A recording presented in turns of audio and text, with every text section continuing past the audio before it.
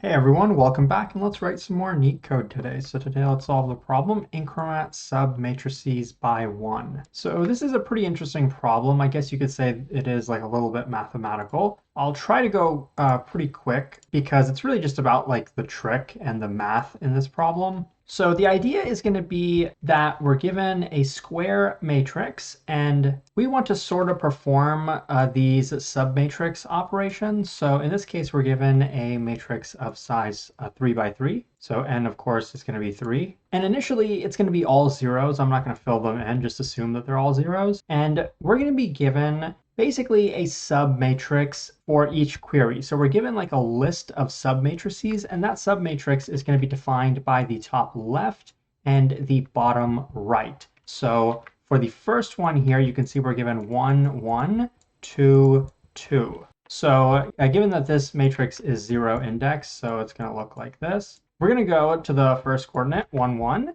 And we're also going to go to the bottom right coordinate, 2, 2. And so we say that this matrix has been incremented by 1, this submatrix. Every position is going to be incremented by 1. The next one we have is 0, 0, and 1, 1. So that's going to be over here and over here. So we can just go through everything and increment everything by 1. So we get this, and then we get a 2 like that. So that's exactly what we're trying to do. We're just trying to build this matrix and then return it. Now, you can imagine this is a medium problem. They're probably going to want us to do more than just iterate over every single submatrix and do it like that. So that, like in the theoretical worst case, could be, I think, something like n squared, which is like the worst case for the size of a submatrix.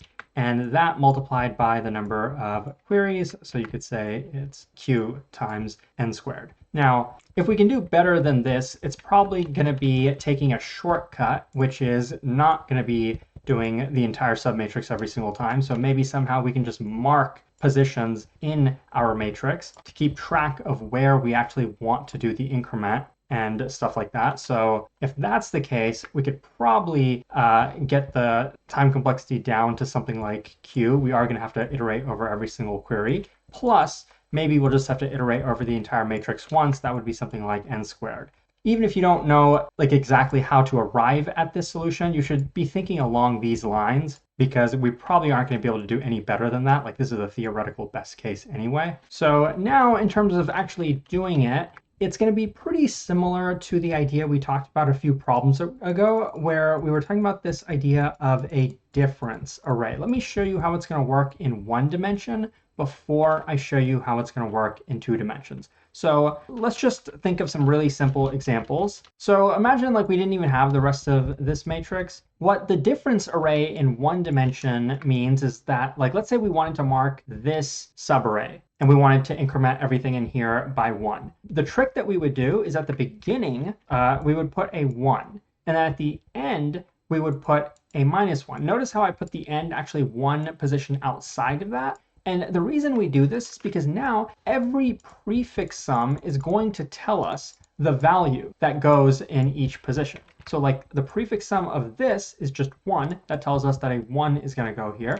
The prefix sum of this is also 1. So we would put a 1 here. And then the prefix sum of this entire thing is going to be 0. So then we would put the 0 over here. And the reason for that, I think it becomes kind of obvious now, is because we put the -1 here because we know that everything beyond this point doesn't have that +1 applied to it. So we put the -1 there to counteract that. So one idea you might have, imagine like this is the matrix that we were given for the first query. The idea you might have is do this for the first row and then do this for the second row as well. Well, that's fine. It's technically going to work. But computing it for a 2-dimensional submatrix now, like we could do this and this and this. But now when we get to like this one, it's clearly becoming a bit more complicated because we can't like include that. So if we were going from left to right and top to bottom, it's going to get kind of complicated. And even if we do it this way, it's not going to necessarily be more efficient than just doing the simulation approach that we were doing earlier anyway. So we kind of have to think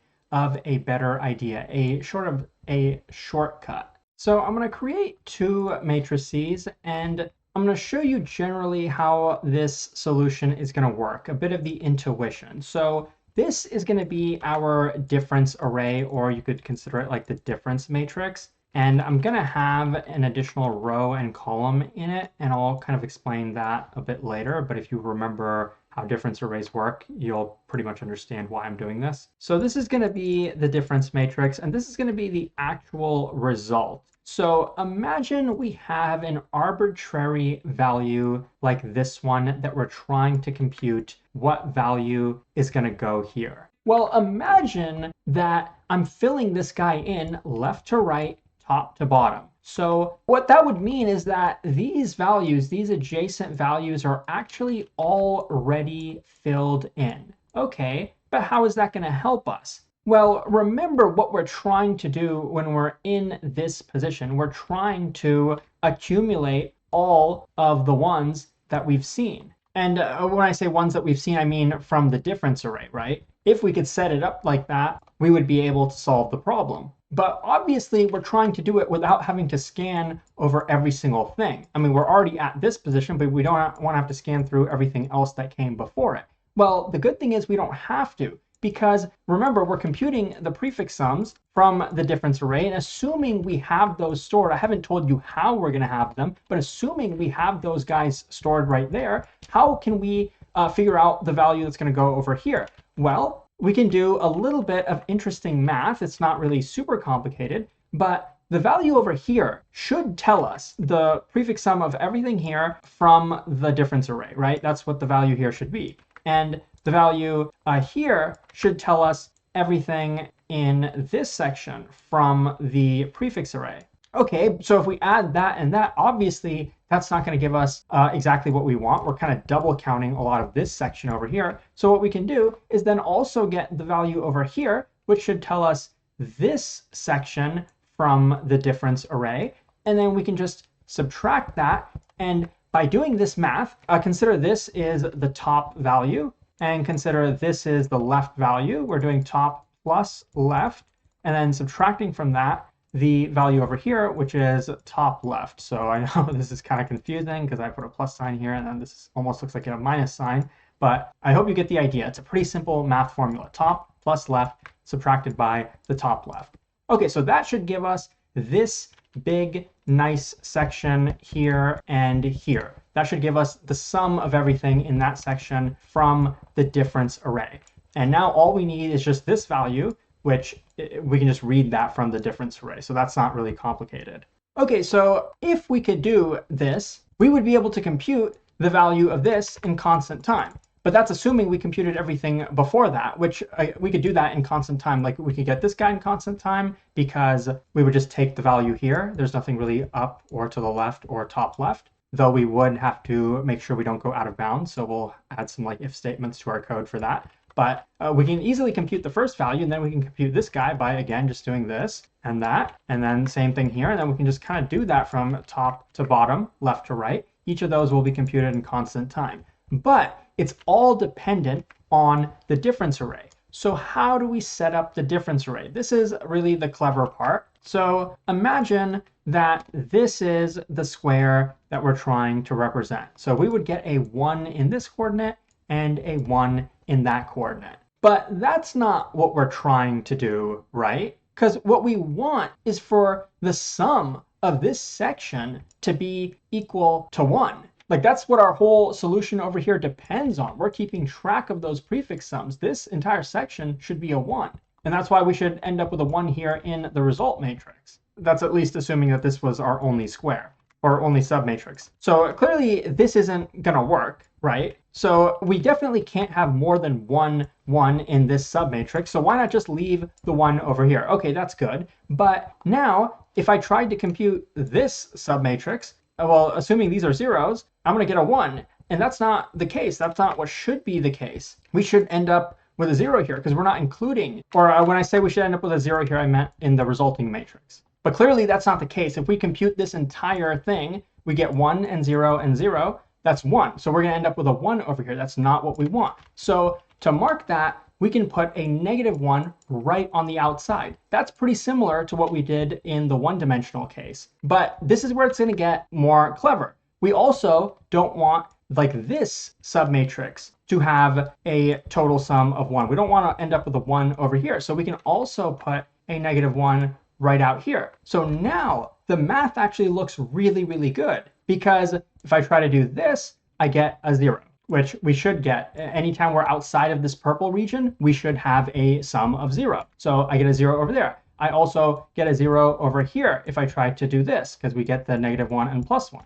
And I also get a 0 when I try to do this. That's good. We do want zeros over here. And I get a 0 over here too, because I do 1 - 1. So far, we're pretty good. We have a 0 on this row. We have zeros on this column. If you try to sum this, this, this, or this, you're going to get a 1 in all of these spots. That's good. But it breaks at the diagonal part when we go further, because now I'm double counting the -1s. So if I try to sum up all of these, I'm going to get a -1 over here, but that logically makes no sense. We should get a 0 here, and the result, it being -1, is because we double counted these two -1s. So to mitigate against that, we just put a +1 over here, and this will work for everything, not just here, but it'll work for everything that comes here and everything that comes over there, because everything that comes over here,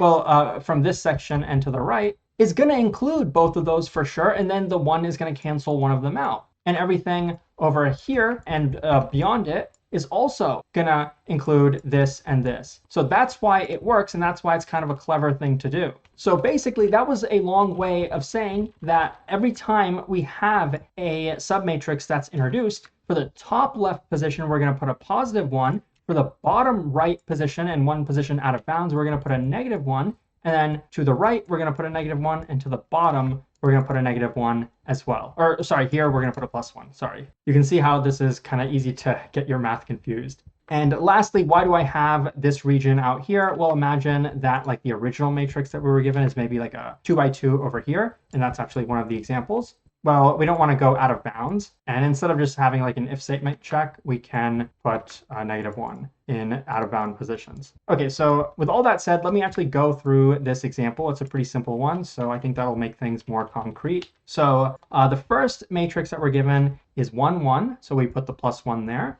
and 2, 2. So at the last row, +1, we're going to put a -1. Last column, +1, we're going to put a -1. And then at the diagonal, we're going to put a +1. And next for this one, 0, 0, we're going to put a 1 there, and we're going to put the -1 here, -1 here, and +1 there. So now I'm going to start computing this. And remember, why did we set it up this way? Because now if you compute any single prefix sum, you're going to get the correct value that goes there. Like if I compute this prefix sum, it tells me 1's going to go here. If I compute this, it tells me 1's going to go there. If I compute this, it tells me 0 is going to go there. If I do this over here, it tells me 1. This tells me 2. This tells me 1 + 1 - 1 is 1. And finally, we're going to do this. It's going to tell me 0. This is going to tell me 2 - 1 is 1. And this is going to tell me 3 - 2 is 1.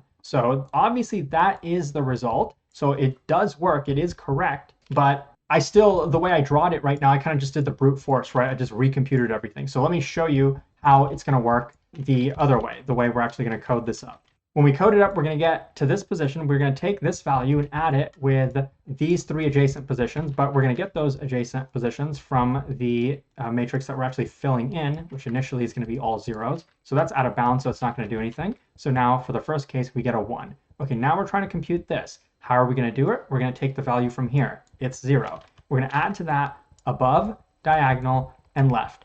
Well, we're not adding all of those. Actually, we're adding this, we're adding that, and then we're subtracting that one. Obviously, these two don't exist, so we just get a 1 here. And then over here, we're going to add 1, add nothing, subtract nothing with this -1. That's going to cancel out and bring us 0. Over here, up is 1, diagonal and left is nothing. Here is nothing, it's 0, so we're going to get a 1 here. Here we get a 1 above this and subtract that. So that's 2 - 1 + 1. That's going to give us a 2. And then you can probably fill in the rest of this, but I'll go pretty quickly just to do this. 2 - 1 with 0, 1. This is 1, nothing here, -1. It's going to give us 0. This will be 2 - 1 with nothing. That's 1. And then finally, this is going to be 2 - 2 + 1. That's 1. And remember what that means. That means this 1 told us that that's the sum of everything of that in this. This 1 tells us that that's this sum. This 2 tells us that that's this sum, and that's why we're getting rid of it. We don't want to double count it. And this just tells us the original value, so that's why we add it. Okay, so the overall time complexity of that was, I believe, q plus n squared. Let's code it up now. Okay, so the first thing I'm going to do is just initialize that difference matrix. I'm going to make it of n plus 1 dimensions. So in Python, that's pretty easy to do with list comprehension. So just like this. And then we're going to iterate over each query. We're going to unpack each query at the same time that we iterate. And then we are going to, at the top left, add 1. So let's do difference matrix row 1, column 1, add 1. And I'm going to copy and paste this a few times because now in that same row all the way to the right, so column 2, and then 1 position out of bounds, we want to subtract 1. That's like our marker. And then in that same column at row 2 plus 1, we also want to put a -1 marker, and then all the way out of bounds, R2 plus 1 and column 2 plus 1, we want to put the +1. So this is just initializing it. It's pretty easy once you know the math. And then I'm also going to initialize the result. It's going to be just n by n though, because we don't want to have extra elements. And then this is also going to be duplicated n times. And then we can start iterating over this matrix and just kind of using the prefix sums. So I'm going to do this, and I'm going to do this. And so what we want to do in this result row column position, we want to take the value in the difference matrix at that same position. And then to that, we want to add the top prefix sum and the left prefix sum, but that double counts a lot of elements. So from that, we want to subtract the top left prefix sum. That's assuming all of them exist. None of them might exist, or maybe only some of them might exist. So to handle that, we're going to initialize some variables. I'll say top is going to be equal to 0 if row is equal to 0, because we can't really go above that. Otherwise, we'll do result of row -1 column. That's why we do the check, because we don't want to set this to -1. Because in Python, that won't even give you an out of bounds error. That'll actually just mess up your code. So be careful about that. And next, we want left is going to be 0 if column is equal to 0. Otherwise, do this. And then top left is going to be a bit more interesting, actually. It's going to be 0 if either row or column is 0. So if this is 0 or column is 0. Otherwise, we will do result of row -1 and column -1. So after all of that, we can just return the result. So unless we have some messed up math going on, I do believe this should work. And yeah, you can see it does, and it's pretty efficient. So I hope you learned something new today. Thanks for watching, and check out Leetcode.io for a lot more. I'll see you guys soon.